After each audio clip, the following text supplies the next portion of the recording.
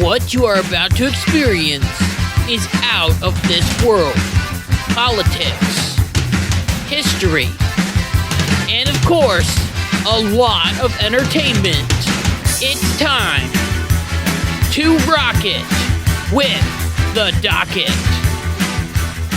Hey, what's going on, everybody? It's Kyle Dockery with the Dockery Docket. We are here with our very 140th episode of the Dockery Docket. I'm excited to be here, and I hope that you are excited to be here as well. And if you are excited to be here as well, make sure to go down below, hit the like button, hit the subscribe button, so then you never miss one of my videos. So it seems that Joe Biden once again has a big problem on his hands. And no, it's not the economy or the crisis at the border. It's also not that Joe Biden's brother James Biden and son Hunter Biden are being subpoenaed by the House of Representatives because the House found 2 checks that were going to Joe Biden for 10% of the deal, just like the Hunter Biden emails claimed. And it's also not all these wars that are happening around the world. Joe Biden has a bigger problem, and that is that his own party doesn't like him, and they may be deciding or trying to get Joe Biden kicked off the ballot so then they can replace him with someone different so then the Democrats can win the next election.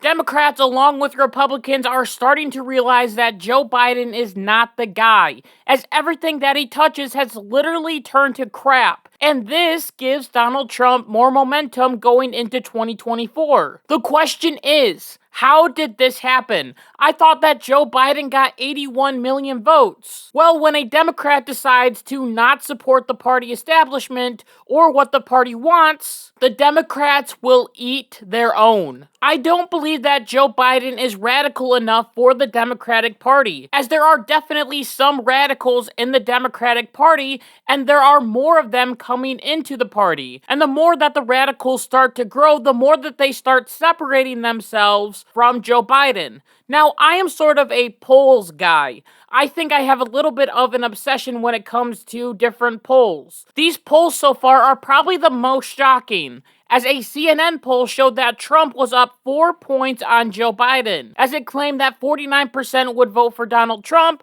and 45% would vote for Biden. A staggering 51% of people polled claimed that they wouldn't vote for Joe Biden compared to 48% claiming they wouldn't vote for Trump. When it comes to independents, which is crucial for the next election, it showed that 45% of independents would support Donald Trump and only 41% would support Joe Biden. Now, I want to be clear, we are still a year out until the election and anything can happen, but warning bells should be ringing for the Joe Biden campaign, and it gets worse when you look at crucial swing states. As this week there was a poll from the New York Times and Siena College that found that Joe Biden was trailing Trump by 4 to 10 points in different swing states like Arizona, Michigan, Nevada, and Pennsylvania. For the 2024 election, if all of these states go to Trump, then it will be a blowout, a landslide. However, if just 1 or 2 states flip blue to red that were in the last election, then Trump would win. Now, once again, I don't want to get ahead of myself. We're still a year out from this election, and there is still time for the Democrats to turn this ship around and maybe pump some more ballots in. This, however, should be a warning sign to Democrats that the American people are not a fan of Joe Biden. More people are claiming that Joe Biden is too old to run. More people are claiming that the economy is terrible because of Joe Biden. And we are starting to see a surge in people saying, listen, I don't like Trump or Biden, so I'm going to go vote for a third-party candidate. As when RFK Jr. first started running as a Democrat, I figured that he had a long shot to beat Joe Biden. Then he dropped out of the Democratic race and decided to run third-party. And then I really thought that he was going to be done. I thought that was going to be the end of him. However, to the surprise of me and many others, he has been consistent in recent polls. As in a Quinnipiac poll, it found that RFK Jr. was getting 22% of the votes. That is a huge bump for a person that is running third party. And this also continues in national polls that include both RFK and Colonel West, who is also running as an independent. It shows RFK with 15.3% of the vote and West with 3.8%. This is shocking, as usually third parties only get something like 0.1% of the vote, but 15.3%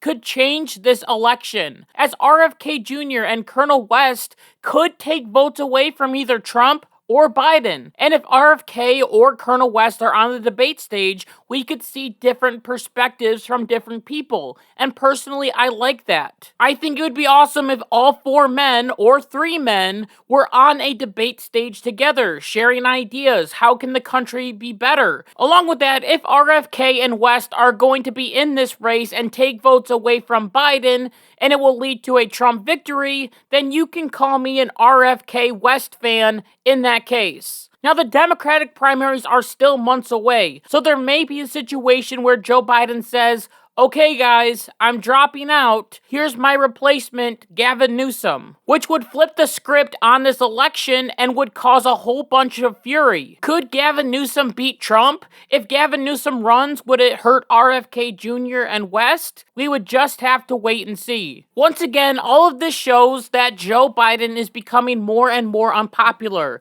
and now the people that got him elected are coming after him. Like I said earlier, the Democrats will eat their own if the president isn't following the radical agenda. And Joe Biden has made a big mistake, as he has gone against the radical side of his party and has supported Israel in this Hamas-Israel war. This war has caused the Democratic Party to go absolutely haywire. We have Kamala Harris's stepdaughter donating $8 million for the people living in Gaza. In a recent vote in the House of Representatives, the radical Rashida Tlaib was censured for making radical comments about the Israel-Hamas war, as she continued to say the anti-Semitic slogan, "From the river to the sea, Palestine will be free." And in a tweet, she explained what that quote actually meant, as she wrote, "From the river to the sea is an inspirational call for freedom, human rights, and peaceful coexistence, not death, destruction, or hate. My work in advocacy is always centered in justice and dignity for all people, no matter faith or ethnicity." No, the quote means dead Jews. And then across the United States right now, there are pro-Palestine protests taking place, and some of them even got violent. One of those were in our state's capital, where 3 people were arrested for assaulting police officers, and the group also made it into the Capitol, where they had a protest. This was not called an insurrection, but a peaceful protest. Anyway, we can see that the political split with these different protesters and Joe Biden, as during these different protests in Washington, D.C., Nihad Awad, I'm pretty sure I'm saying that name right, who is the national director at the Council of American Islamic Relations, claimed, "The language that President Biden and his party understands is the language of votes in the 2023 election. And our message is no ceasefire, no votes." He then claimed no votes in Michigan, no votes in Arizona, no votes in Georgia, no votes in Nevada, no votes in Wisconsin, no votes in Pennsylvania. Isn't that interesting that those are the same swing states that I mentioned that Trump was winning in? And if the people that support Hamas are deciding to say, "I'm voting for Colonel West," or "I'm voting for RFK Jr., or another third-party candidate," or they say, "Listen, I'm not voting for anyone because I like Hamas so much," then that gives Donald Trump a higher chance of winning. So go right ahead. Definitely don't vote for Joe Biden. That would be a mistake. This is why this Hamas-Israel situation for Joe Biden has been so rough, as once these attacks happened, he was instantly behind Israel, but now whenever Joe Biden goes and gives a speech, he is heckled by these radicals that are in his own party. As Joe Biden had this big speech in Illinois celebrating the end of the UAW workers' strike, Joe Biden was given a red UAW shirt, which he quickly put on, and then he started his speech that was then disrupted by a protester. Just take a look at this video. My dad ran an auto, he didn't own it, he ran an automobile agency for a long time.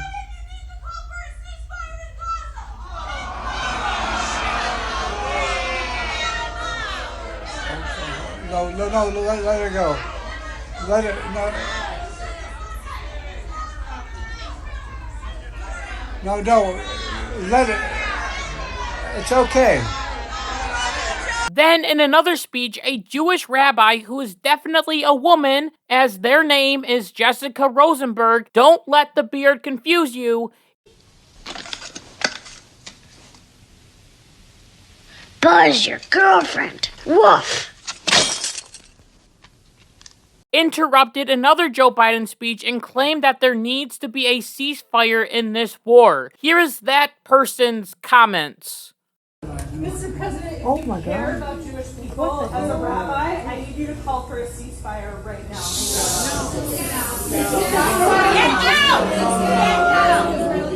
Joe Biden responded to this protester by claiming, "I think we need a pause. A pause means give time to get the prisoners out. I'm the guy that convinced Bibi, who is the leader of Israel, to call for a ceasefire to let the prisoners out. I'm the guy that talked to Sisi to convince him to open the door." Along with that, Joe Biden mentioned, "This is incredibly complicated for the Israelis. It's incredibly complicated for the Muslim world as well. I supported a two-state solution. I have from the very beginning." He then said that the fact of the matter is that Hamas is a terrorist organization, a flat-out terrorist organization, which he is right on that. Hamas is a terrorist organization that needs to be stopped right away. However, these protesters are not going down quietly, as they have attacked other popular Democrats as well, as Jon Fetterman has been caught up in this situation, as he has been very pro-Israel from the very beginning. He even put posters of all the Israelis that were kidnapped by Hamas on the walls of his office. However, he couldn't get away from the hecklers. Now, I just had to play this video because Fetterman's comeback here is just beautifully delivered. Here, just take a listen to this. But moments later, he's interrupted by a protester. 4,000 plus dead children in Palestine, 9,000 plus dead civilians. Get off the stage! Get off the stage! I don't care. You represent constituents. This is not Get off the stage! Then Fetterman says this. The joke is on you. I had a stroke. I can't fully understand what you're saying. The man is eventually escorted out by police as he tells the senator to go home. I mean, what a great comeback. Jon Fetterman isn't even listening to these crazy protesters because he can't even understand them. That's perfect. Then once again, Jon Fetterman was feeling a little bit like a troll, and there was a protest outside of his office building, and so he just comes out waving a little Israeli flag while a protester is getting arrested. To be honest with you, this might be my favorite clip of the year. When do we want it? Now! When do we want it? Ceasefire! When do we want it? Yes! Shame! Yes! Shame! What a genocide! What a genocide! What do we want? Ceasefire! When do we want it? What do we want? Ceasefire! When do we want it? Now, I bring up Jon Fetterman because he is a radical in the Democratic Party. He leans more on the socialist side, but you can see that even he is getting attacked for what he believes in. Even though he is a raging leftist, the left will still come after him and tell him that what he is doing is shameful, or they will tell him to get off the stage. It's not just moderates like Joe Biden that are getting attacked. It is the radicals. And you can see that the Democratic Party right now is fractured over this issue. The same party that tells people that racism is bad are terrorizing Jewish students on college campuses across America. The same people that are telling us that our party is the one that has Hitler in it are the ones that are screaming right now that Hitler was right about the Jews. No, I am not kidding with you. That video is real. Why don't you go to Hitler's back garden and make an occupation there? Then they will know what kind of people these are. Why every so many 100 years the Zionists get slaughtered? Because Hitler knew how to deal with these people. They probably made a program so they can create a state of Israel in the expense of Palestinian Muslims' blood. We have people on the streets of America tearing down American flags and putting up Palestinian flags. We have pro-Palestinian protesters pushing over an old Jewish man, and the media comes out and claims that it was an accident. These people are supporting violence even though they say that words are violence. And I believe that it is time to get down to the truth of this situation. There must be a way to fix this situation so then we can have peace in our world. Now, in the past couple of episodes, I have talked about the whole Israel and Hamas situation, and it keeps coming up on my Twitter feed, my Instagram feed, and other social media platforms. And as I've watched these different videos, I started to realize that this isn't two countries fighting. There are four groups in this situation. There are the Jewish people, the people of Gaza, also known as the Palestinians, Hamas, the leaders of Palestine, and we have the government of Israel. Now, I want to try and do my best to separate the people from the governments and also from the terrorist organization Hamas. Now, I am willing to admit that it is hard to go on social media without seeing pictures of people from Palestine posting pictures of dead children. It's heartbreaking and terrible, and I wish that there was a world where this didn't have to happen. Maybe we can look at the Israeli government and say, hey, maybe you need to stop bombing civilian areas. Maybe we need to start sending more humanitarian aid to these people and not to Hamas. Or they need to start sending in troops to kill Hamas instead of using rockets. The people in the Gaza Strip are still people. They are separate from the terrorist group Hamas. Israel, in their defense, has tried to tell civilians to move south while they try to get rid of Hamas. But some of the people don't listen, or Hamas tells them that they have to stay because they use children as propaganda pieces. And they also use people as human shields. And we have to understand that Hamas lies matter. A few weeks ago, there was a hospital that was bombed. And instantly, Hamas came out and claimed that thousands of people died in the hospital. And it was destroyed by an Israeli rocket. And many people were going crazy about this situation. However, what really happened was that one of Hamas's rockets misfired and it ended up landing in the parking lot, killing about 5 people, which is of course still tragic, but not the number that Hamas was listing. Then there were videos all over social media of a university in Hamas being blown up. Why on earth would Israel do this? Don't they want the people of Gaza to be educated? Well, they bombed the university because Hamas was storing weapons in the university, and they had to destroy it to prevent another attack. Then there was another situation where Israel bombed a UN building and a diplomatic building. This, of course, made the UN angry and claimed that it was a war crime, as they said that any UN building was off limits. So it looks like Israel will be punished, but wait a minute. Israel released photos to the UN showing that Hamas was using these different buildings to launch rockets into Israel. And according to CBS News, Hamas has been using UN facilities for years. As in between 2012 and 2014, a UN inquiry found weapons had been placed inside the UNRWA school in the Hamas-run Gaza Strip. And now the biggest lie in this war so far is that Israel is bad because they won't give Palestine water. First of all, Israel is not in charge of the Palestinian water. That control belongs to the people of Gaza, as in 2005, local authorities gained complete control over the entire Gazan water sector, which included 25 wells that were formerly used by Israeli Jews in Gaza. Then later on, Hamas took over the water in 2007, and they neglected the water system, which led to more than 40% of its water to be lost to leaks and theft. Along with that, when Israel tries to help the people of Gaza and give them water pipes, Hamas steals them and turns them into rockets. It's almost like a child with a baseball bat. You tell the child, hey, that's used for baseball. But instead he runs over and smacks his sister in the head. Then you take the bat away and you explain to them that this is for baseball. Then they go back and hit their sister again. It's a never-ending cycle of countries trying to give humanitarian aid to Hamas,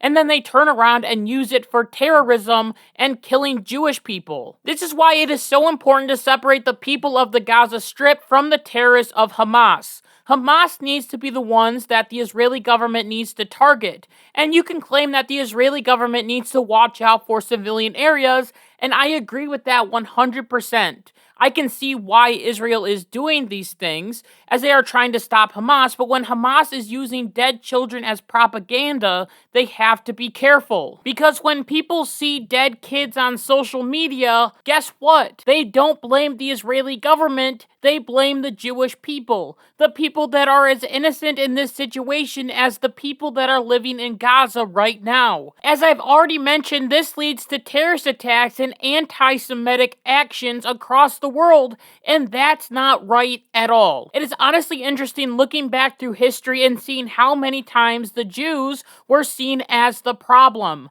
Not the government of Israel, but the Jewish people. They have been the scapegoats for years, and that's wrong. Just like claiming that the bombing of the Gaza Strip is the Palestinians' fault. No, it's not their fault. It is clearly the fault of Hamas. I believe that the only way to get out of this situation is for the Israeli government, along with the people of Palestine, to come together and get rid of the terrorists in Hamas. If they were able to do that, maybe there can be a situation where a new government body could come up in the Gaza Strip and the West Bank. A government that respects Israel and works with them to make the lives of the people in Palestine and Israel better. A group in authority that uses humanitarian aid the right way. A group that builds huge universities. Not to store weapons, but to teach children. And water pipes actually used for clean water, not bombs. Right now, Palestine is run by a bunch of terrorists, and I believe this is why they haven't deserved statehood yet. If we could change this situation and Palestine turn a page and work for a better society with the help of the Israeli people, not the army or bombs, and then we can create two countries that are both peaceful and respect each other. That would be a dream come true for the world and would prevent the bloodshed of millions of people. I still believe that both phrases, from the river to the sea, Palestine will be free, and from the river to the sea, Israel will all you will see, are both wrong, and both of them mean the deaths of millions of people. I don't want that. I don't want any more wars. I don't want people to be killed. All I want is peace for the people of this region, both Jews and Arabs. This is a dream, and to accomplish this dream, Israel has a right to defend itself from Hamas. And once Hamas is destroyed, then we should focus on building a peaceful Middle East. It is time to free Palestine from the terrorists of Hamas. And with that, I just want to thank you so much for listening to this episode of the Dockery Docket. And until next time, like my mom always says, be good, be kind, be loving, goodbye.